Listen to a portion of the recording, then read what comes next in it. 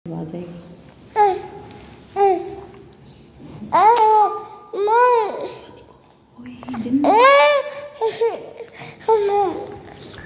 ए इंसान, तुझे अल्लाह ने पैदा किया, तुझे ज़ुबान दी, तू थत्ता मम्मा करके बोल सकता था, लेकिन तेरी बात को कोई समझने वाला ना था।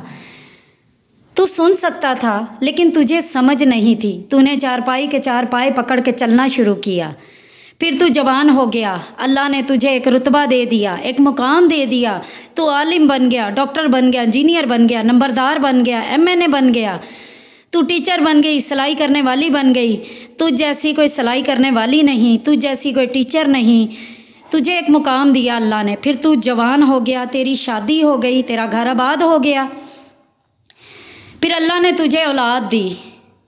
उस औलाद की खातिर तूने उन रिश्तों का लिहाज ना रखा जिनका लिहाज अल्लाह ने कुरान में फरमाया है। उन रिश्तों का लिहाज भूल गया। माँ बाप से लड़ाई, बहन भाइयों से लड़ाई। याद रखना, ये औलाद भी एक फितना है। औलाद को दो सोने का नवाला, लेकिन देखो शेर की आंख से। ये औलाद भी एक फितना है। इस औलाद की खातिर इतने गुनाह ना करो कि बाद में बख्शना मुश्किल हो जाए। उतने ही गुनाह करो कि जितनी गठड़ी अपने सर पे उठा सको। ये औलाद एक आजमाइश है। अल्लाह ताला ने फरमाया, मैंने तुझे औलाद दी, तुझे रिश्तेदार दिए, बहन भाई दिए, इन रिश्तों का लिहाज रख। फिर उसके बाद अल्लाह ताला ने फरमाया कि मैंने तुझे माल और ज़र दिया, किधर लगाया? मैंने तुझे जवानी दी, किधर लगाई? मार्केटों में, बाज़ारों में, यूनिवर्सिटियों में, कॉलेजों में, फैशन में किधर लगाया? पैसा किधर लगाया? महंगे महंगे लिबासों पे, जेवरात पे, या मेरी राह में भी खर्च किया? औलाद किधर लगाई? सिर्फ दुनिया का इल्म सिखाया, क्या उन्हें दीन का इल्म नहीं सिखाया? फिर उसके बाद तू बूढ़ा हो गया, तू बीमार हो गया, तुझ पर बीमारियों ने अटैक कर दिया, तू लागर हो गया, डॉक्टरों ने जवाब दे दिया, तेरी चारपाई सहन में आ गई। बेटी आती है, हाल पूछती है, चली जाती है। बेटा आता है, हाल पूछता है, अपने कमरे में चला जाता है, अपने बीवी बच्चों के पास। फिर तंग आके एक बुजुर्ग क्या कहता है कि डॉक्टर लगाओ जहर का टीका, मेरी जान छूटे। डॉक्टर लगाओ जहर का टीका, मेरी जान छूटे। इस ज़िंदगी से अच्छी तो मौत है। तो अल्लाह फरमाता है, बताओ बंदे, मैं तुझे मौत भी ना देता तो क्या करता? ये मौत भी अल्लाह की एक नेमत है।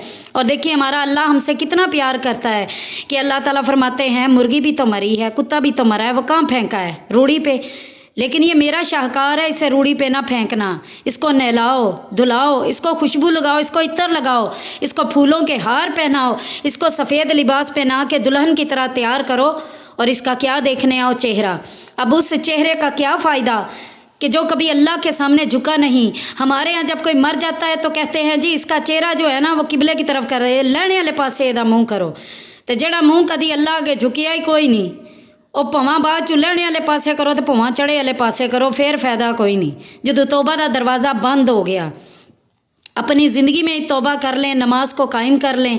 फिर अल्लाह ताला फरमाते हैं कि ये मेरा शाहकार है, इसको 4 लोग उठाएं चारपाई को, और मेरे शाहकार को कोई ठोकर ना लगे। इमाम काबा भी हो तो वो पीछे होता और मैयत आगे पड़ी होती है। इसको मेरे तकबीर, मेरा कलमा सुनाते हुए इसको रुखसत करो।